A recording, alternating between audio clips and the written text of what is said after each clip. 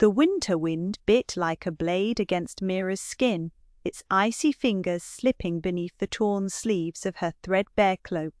Each breath she drew fogged in the air, fragile as a ghost's whisper, and her legs gave out beneath her the ground, a blanket of frost-hardened leaves and brittle pine needles swallowing her slight trembling frame.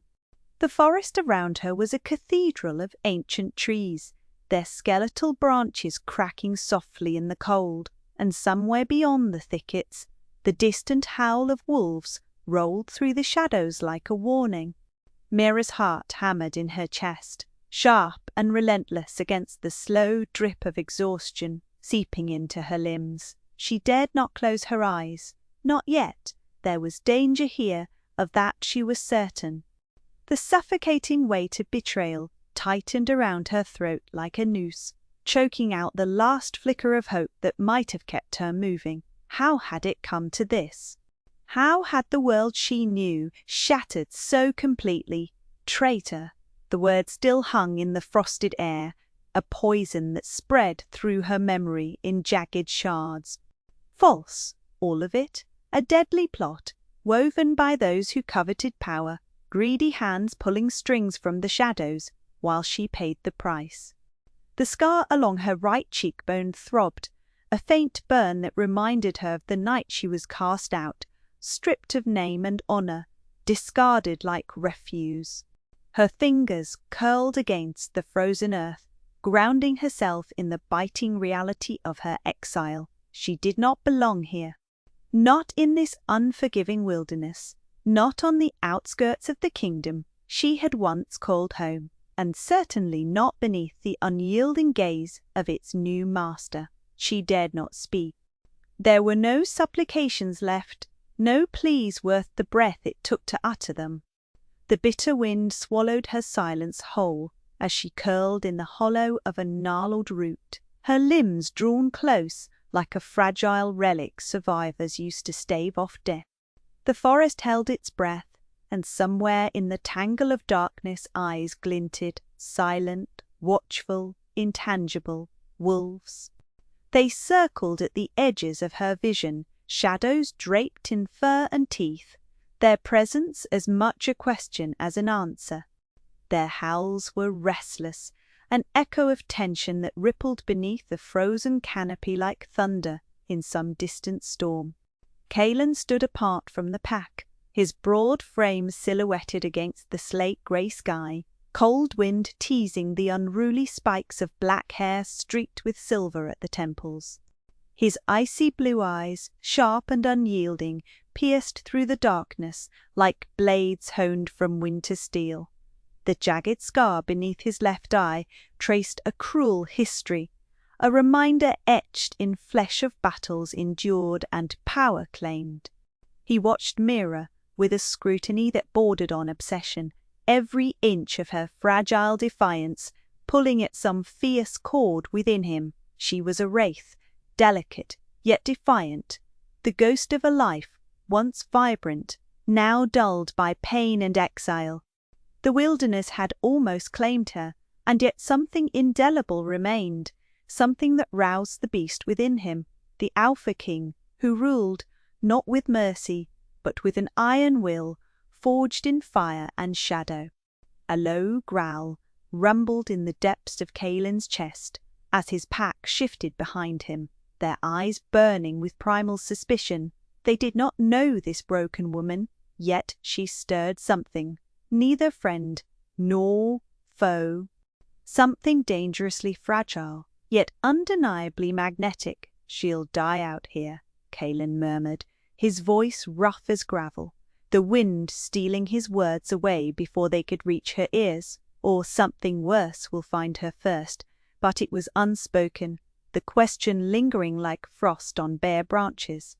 What was she to him? Prey? Prisoner? Or an unexpected spark in a world swallowed by betrayal and bloodshed? The walls of the fortress rose like jagged teeth against the dull morning sky, cold and unyielding, a bastion of stone that swallowed light and hope with equal hunger. Mira stumbled through the heavy iron gates, shackles biting into her pale wrists, dragging her into a world that knew nothing but silence and suspicion. The cold stone corridors echoed with the sound of her footsteps, each step a reminder of the captivity thrust upon her. She did not meet the eyes that flickered toward her from shadowed alcoves and barred windows, hostile, filled with grudging disdain or thinly veiled resentment. The prisoners were many, but none looked upon her with kindness. She was the cursed exile, the traitor who had once dared dream of loyalty, but was undone by deceit. Her dark chestnut hair, tangled and wild, hung over her face as she was tossed into a small barren chamber near the heart of the fortress.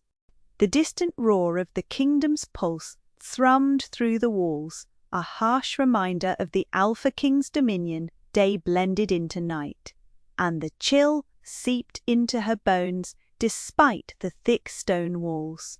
She learned quickly to silence herself, to become invisible among the shadows, for every night, quietly and without expectation, she gathered scraps of stale bread, cold meat, and scraps salvaged from the prisoners' meager rations. She left these offerings carefully outside a heavy oaken door, its surface carved with the sigil of the Alpha King, a snarling wolf encircled by thorned vines. She did not know why her hands moved with such purpose, driven by a whisper of old kindness buried beneath layers of hurt. Perhaps it was a gesture of defiance, or a fragile thread of humanity in a world that had forgotten what that meant. The first night, the scraps disappeared before dawn, leaving no clue of the unseen recipient. The second night, the scraps were gone again, but a pair of glowing eyes watched from the shadowed corridor, a flicker of amber in the darkness. She shivered, not from cold, but from something unspoken that passed between her and the wild creature's gaze. The wolves had come closer now, their restless bodies pressing silent vigilance into the stone-cold air. Across the threshold, beyond the thick doors, something waited, a beast stilled beneath the Alpha King's control. Kaelin sensed it, a tether pulling tight around his heart, the weight of responsibility and something else, curiosity, perhaps even reluctant protectiveness, that he fought hard to deny. The wolf pack gathered beneath his command, their growls soft but insistent, hollow warnings in the night. "What are you doing, Mira?" he whispered, when his voice finally broke the silence, rough edges barely softened by the barest hint of concern. He stood just beyond the door, his breath steaming in the cold air, the ironclad wall between them, yet unable to contain the thread of connection forming in whispers and scraps and shadows. She only left another plate of food, careful hands steady, despite the trembling that shadowed her soul. The beast within Kaelin shifted restlessly, the wolf's growling echoing in his bones, wary and uncertain. His icy blue gaze hardened, the jagged scar beneath his eye tightening like the caress of old wounds reopened. He was Alpha King, lord of this conquered kingdom, ruler of beasts and men alike. But here, in the stillness of the forgotten night, he found himself undone by the fragile, defiant woman who left scraps of food outside his door. His wolves did not leave her side anymore. They lingered in the corridor, silent guardians weaving a protective circle around the exile. Their howls at the moon ceased, replaced by watchful silence, full of questions they did not know how to ask. Kaelin's voice was low-edged, with something dangerously close to yearning. "You don't belong here," but the words felt hollow, not just for her, but for himself as well. Inside that cold fortress, beneath the shadow of betrayal and silence, an uneasy truce began to take root, one forged by scraps of food, lingering wolves, and two broken souls, bound by the threads of a kingdom's shattered fate. Neither understood what lay ahead, only the raw ache of survival and the faintest flicker of an impossible hope. And so, night after night, Mira left her offerings at the Alpha King's door. His beast waited, and with it, something far more dangerous than betrayal or exile, the slow-burning promise of trust, of healing, and of love yet to be born. Rumors were the kind of wildfire that no fortress wall could hold back. They slithered through the cold corridors of the stronghold, whispered behind veiled glances, spilled out across the dimly lit chambers where the defeated nobles, once proud lords and ladies, now sat trapped beneath Kaelin's rule. No one knew where they'd began exactly. Some said a dark mage in Kaelin's court had spread poison to weaken the princess's name. Others were certain that Mira herself had wielded forbidden magic, conjuring death from shadows to bring ruin to her own people. She betrayed us all, the courtiers would say, their voices thick with dread and accusation, a sorceress cloaked in deceit. Yet Mira remained silent, an enigma wrapped in defiance and quietude. She moved through the fortress like a ghost, tethered to invisible chains, her forest-green eyes betraying none of the storm beneath her calm mask. She had learned to hold on to one thing above all in this shattered existence, her truth.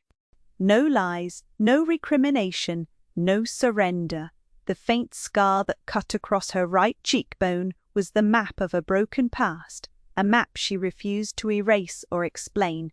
If they wanted stories, they could fill them with their own venomous fictions. She had only fragments to protect, scraps of identity to guard from the wolves who circled her like vultures. Her exile had transformed her into an unwilling spectator at Kaelin's war councils, summoned now, not as a princess or captive, but as a symbol of conquered defiance. It was a bitter irony she tasted like ash on her tongue. Each meeting was a trial of wills, the soldiers and advisers sitting rigid and watchful, their gazes lanced with suspicion and hidden scorn.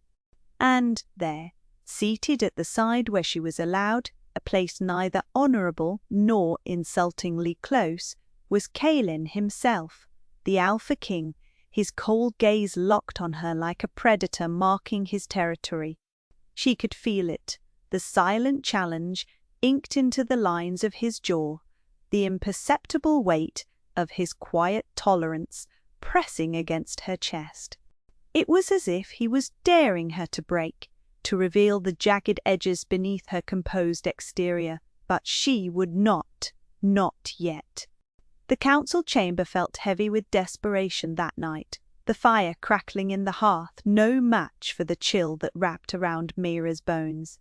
Men argued over strategy, drawing maps and narrowing their shrill voices to clipped commands. But Mira's mind was elsewhere, aware of every flicker of Kaelin's icy blue stare, stealing time in her direction.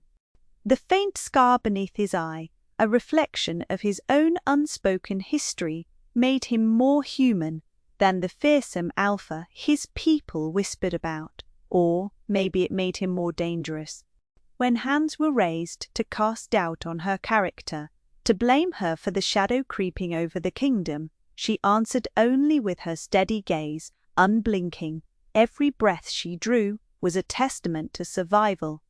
Every moment spent in the echoing chamber felt like walking a blade's edge, fragile but unbroken. A sharp voice cut through the tension, breaking the murmurs, swirling around her like icy fog. Do we even know if she's real? If she hasn't been enchanted to spy on us, or, worst, to summon dark magics that will doom us all? The counselor's words hung heavy in the air, a blunt accusation meant to poison. Kaelin's eyes flicked to her briefly, a flicker of something almost like warning there, beneath the mountain of stoicism he wore like armor. He leaned forward, voice low and resolute. Mira will answer to no one here but me for now. His words bore the quiet weight of command, but with them came a subtle promise, a line, drawn between accusation and protection, fragile as spider silk, but unmistakable. The room stilled, even the flickering shadows seemed to pause. Mira's lips parted, ready to speak, but no words came. Instead, she looked through the council, out into the night, where the fortress's outer walls stood like broken ribs against the storm. Her voice, when it emerged, was soft but clear, a dry whisper cut from years of pain and resolve. I betrayed no one. The simplicity of the statement was like a stone cast into still water, rippling with power. I carry the scars of that night as truth enough. The council murmured again, restless and unsure. At others, eyes dark and skeptical as felled trees, began to shift uneasily. Mira's quiet resilience was a thorn beneath their polished swords. Her refusal to crumble was unraveling the certainty they clung to. Kaelan watched her with something more complex than possession or suspicion in his gaze. There was recognition, a shared fracture, invisible to all but them. The trust between prisoner and Alpha was an ember glowing faintly beneath the ash. Neither could name it yet, but it stirred relentlessly. That night, the torrential rain battered the fortress roof like a warning from the storm gods.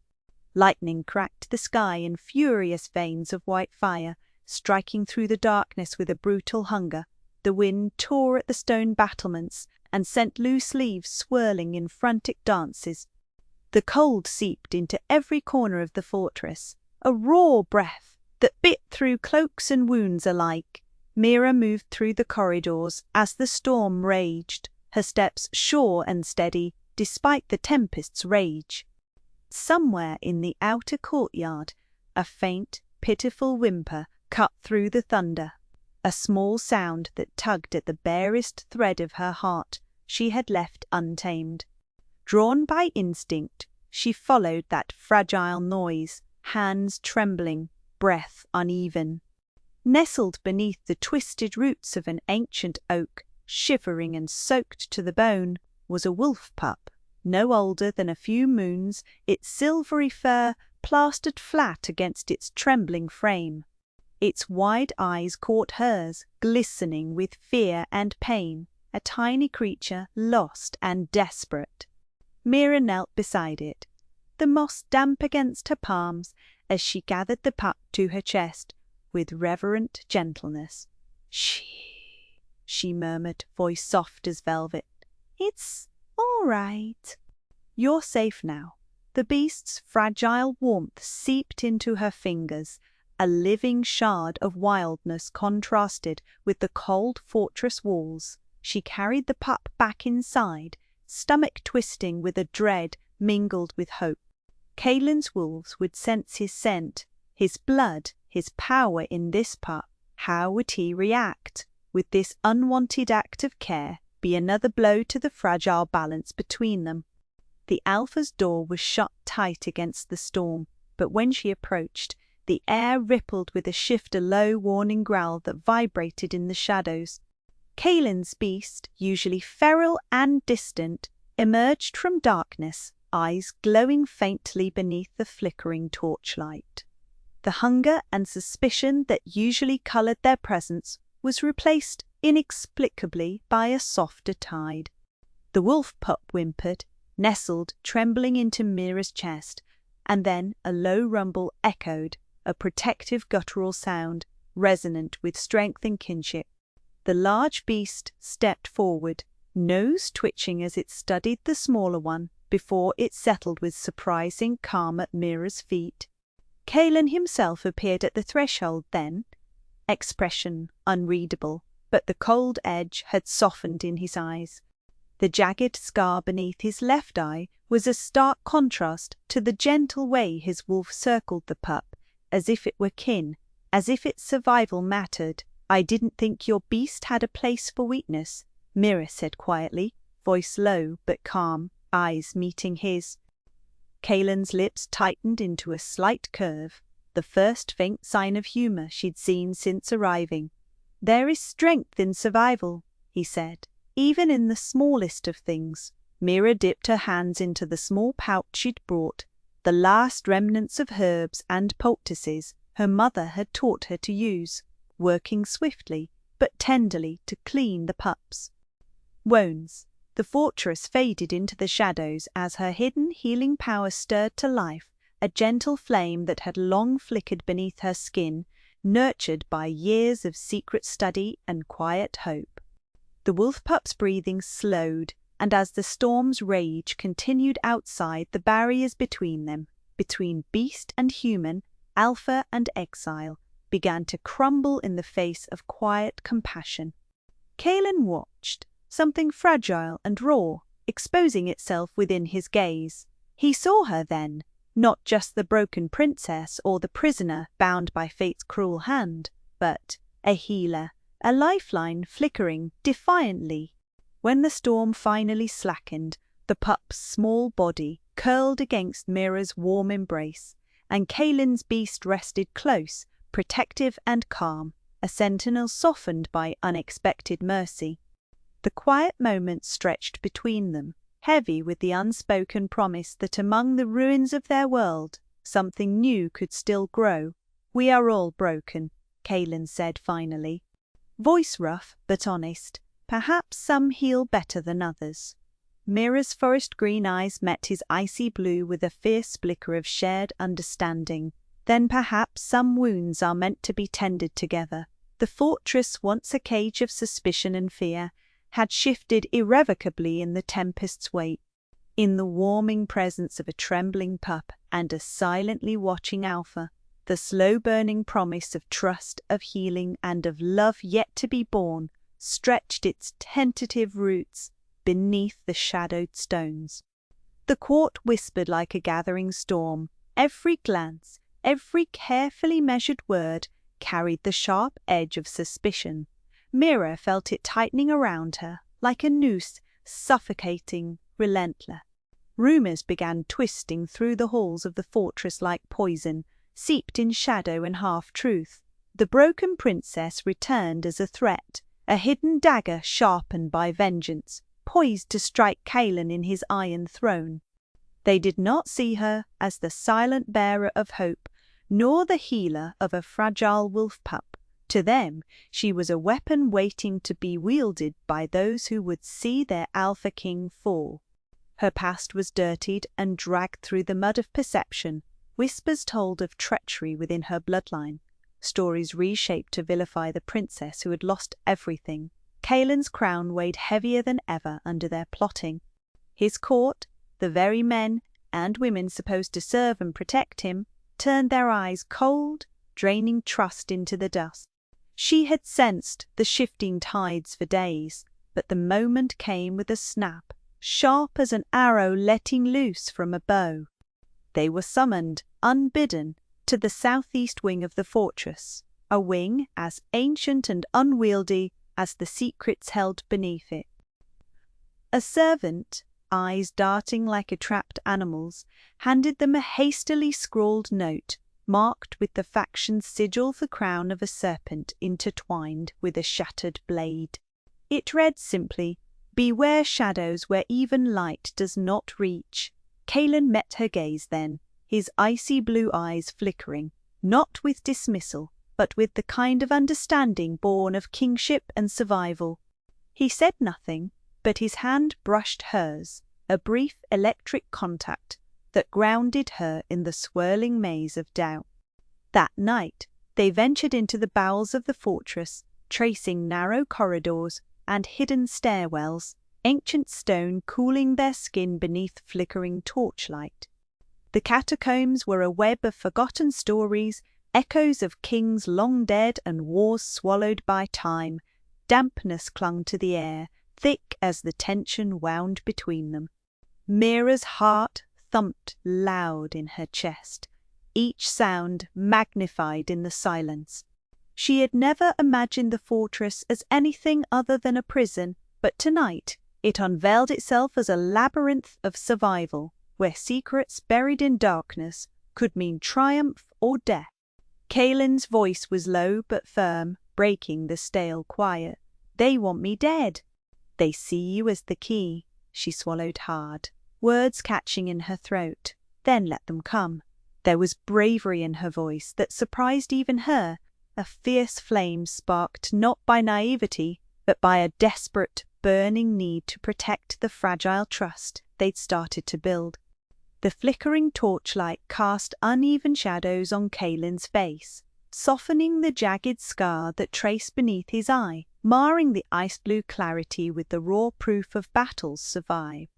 The corridors twisted, their footsteps fell in cautious rhythm, sometimes slowed by whispered sounds from deeper within the fortress. It became clear they were not alone. When the first blade clanged against stone, the room exploded into motion. Mira reacted first, her instincts sharper than she'd believed possible. Hands that had tended to broken things now grasped weapons with unfaltering resolve.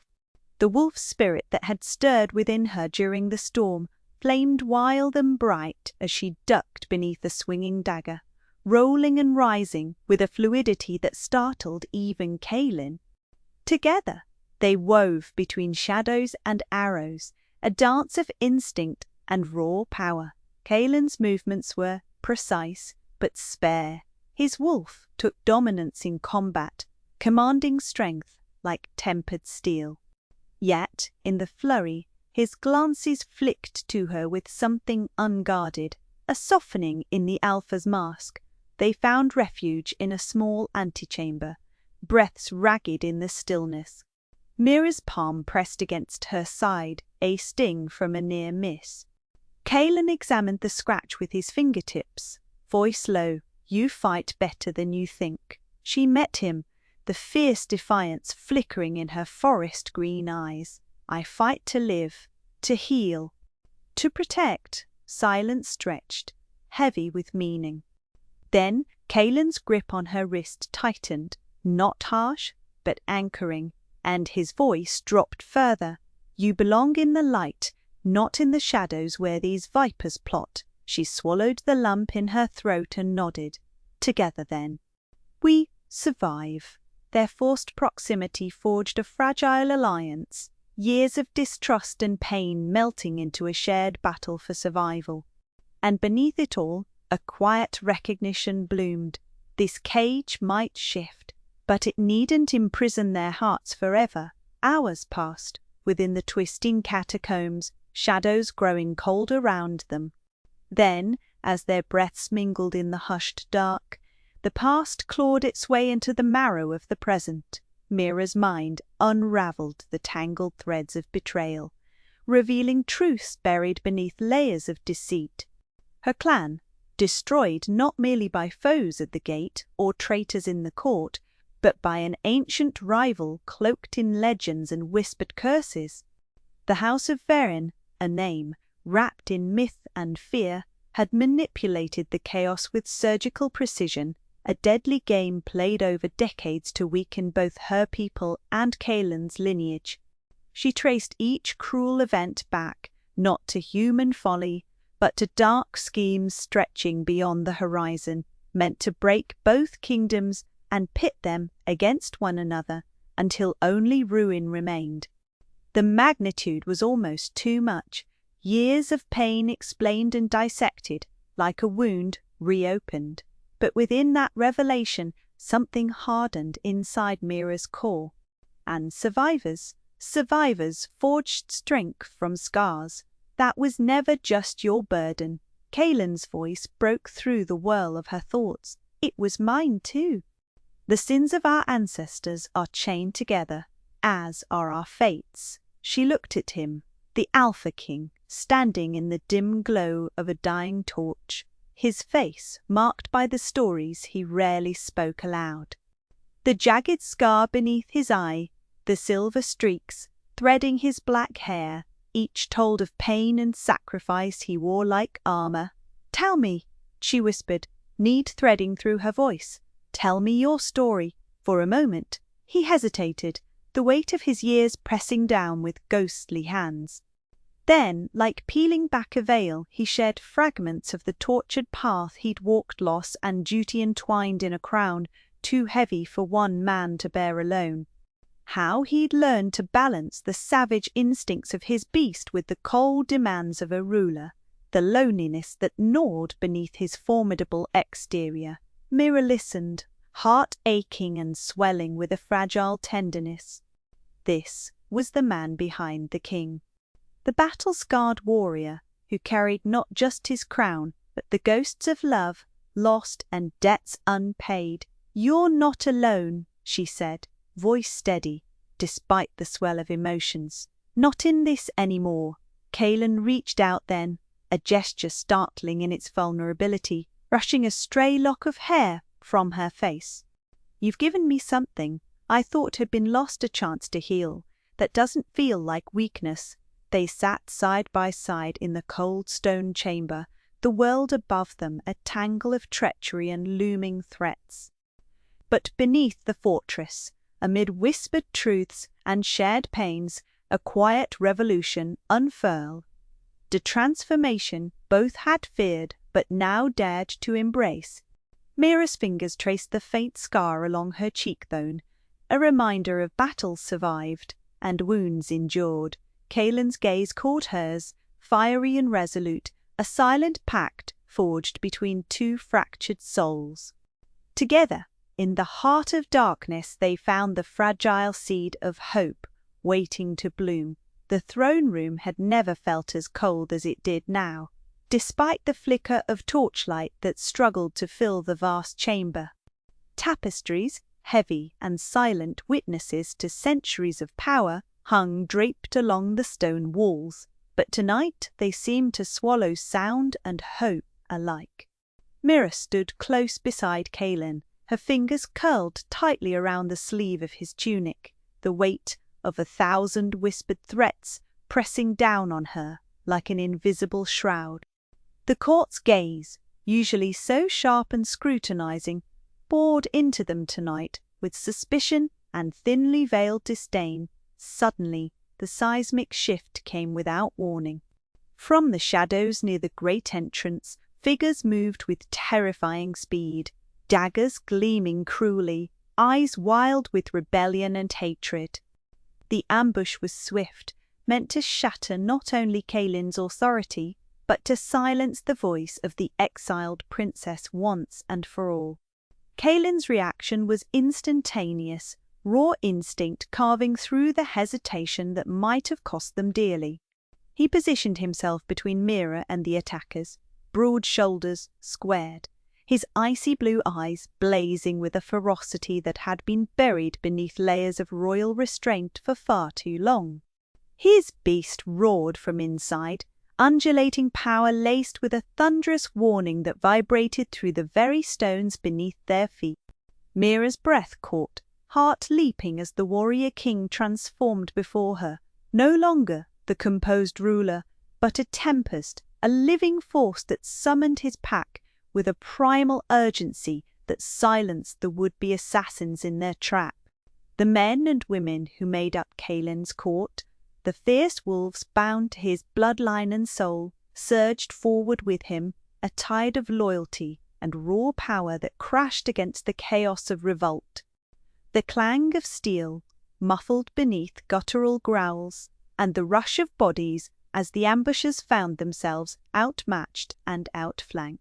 Kaelin's hands moved with lethal grace, protecting Mira, not as a distant monarch might protect a symbol, but as a man who would stop at nothing to keep her safe.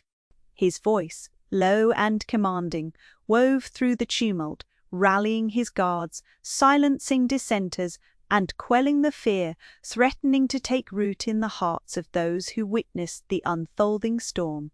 In the midst of the tumult, Mira stood firm, not paralyzed by terror, but galvanized by the fierce declaration of her place at Kaelin's side. His beast's rage was not just a show of force. It was a proclamation, an irrevocable intertwining of their destinies that no whisper of betrayal or courtly politics could unravel. The court's eyes widened, the murmurs shifting like a gathering wind. This was no mere prisoner or defeated exile. This was the woman who had stirred the heart of the Alpha King, his anchor, his equal, his reckoning.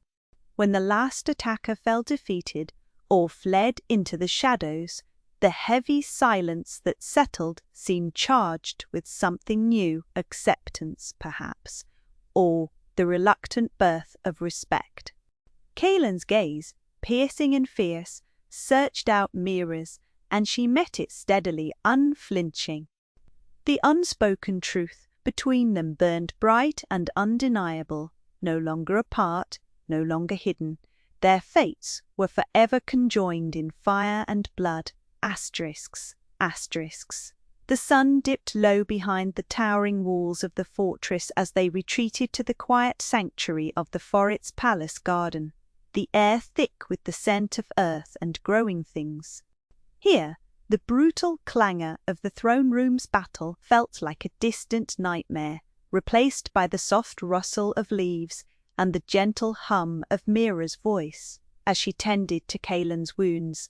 Her fingers moved with careful grace over the jagged abrasions and bruises etched across his skin, lingering at each painful mark with a reverence that felt completely unlike the harsh world they inhabited. The warmth of her touch seeped deeper than any salve, a whispered promise that healing extended beyond flesh to the fractured spirits that had fought and stumbled alone for far too long. Kaylin sat rigid, the lines of his tense body beginning to soften as Mira hummed a steady, soothing melody that wrapped around him like a protective cloak. His wolves gathered silently at the edges of the garden, dark eyes fixed warily on her, their growls low and cautious, but never stepping closer. The king's usual command over them seemed tested here. They watched, distrustful of this quiet interloper who dared to touch and tend the man they had long known only as their fierce and distant leader. Each note Mira sang seemed to chip away pieces of the walls Kaylin had built around himself. The hardened, unyielding king listened beneath the surface, grappling with emotions he had buried beneath duty and distance. Something soft, something vulnerable, stirring in the quiet moments between pain and respite. "You sing like the river," he murmured after a while, voice rough but tinged with wonder, steady, unyielding. Pulling everything in its path, Mira looked up, a small smile touching her lips. "It's a song of survival and of hope. We both need that right now." Kaylin's gaze darkened with depth she hadn't seen before. "I don't know if I've allowed myself to hope in years." "Then let me be the reason you do." Her fingers pressed gently to the edge of a fresh wound, and in that simple gesture something fragile bloomed between them. Trust, perhaps, or the beginnings of something more. Outside the sanctuary of the garden's embrace, the world still simmered with danger and uncertainty, but here